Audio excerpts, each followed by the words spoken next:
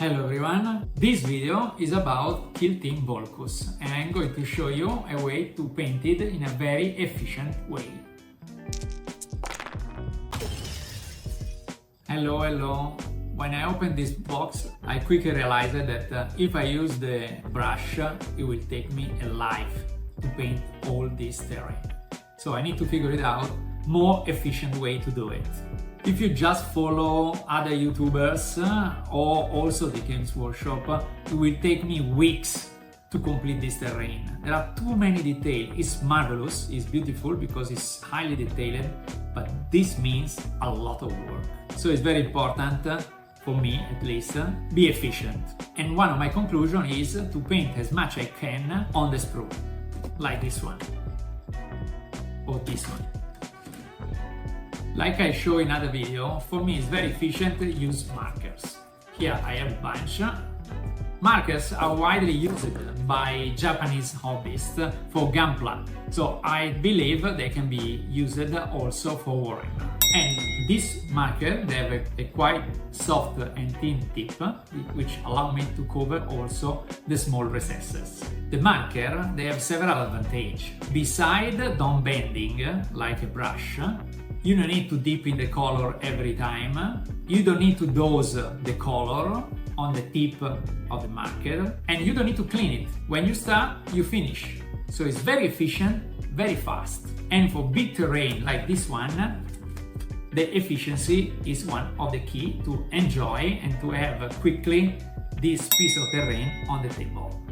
Okay, no more talking, let's start. I open the box, I take the sprue and I prime them.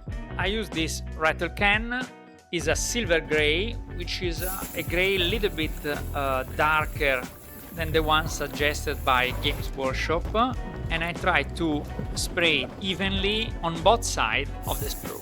When every part of the sprue are covered, well covered, I come back to the studio and I compare the color with the picture on the front of the box. As you can see, the gray that I used, it's a little bit darker than the one reported there. I bought these from DSPI. I hope this is the right pronunciation. This brand has a wide range of acrylic markers designed for gunpla model and DIY in general. So it's safe to say that they can work also for Warhammer models. Therefore, all the detail in gold, silver or gunmetal are made with the metallic markers, and I assure you they save me a hell of time. Completed those details, it's time to come back to the contrast paint. Because for the flat surface, large surface, the paint is still the best solution. You can just slap it on and spread with the brush very easily and quickly. And this is true for the platform and for the tanks. As you can see here, the tank, I didn't do a very neat job, but doesn't matter, because later I will need to grimdark all the model with the black oil paint, and all the mistake will be fixed automatically, always in the name of efficiency. Here the fuel tanks are a little too metallic, so I use a simple trick. To make them more reflective, I dry brush them in a pearl white paint and remove the excess with a cloth.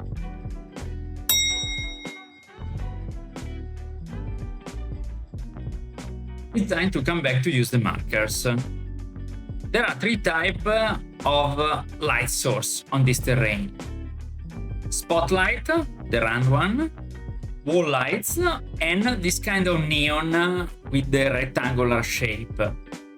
I prepare them in white and I will complete them later with a tone of yellow and a metallic gray for the support frames.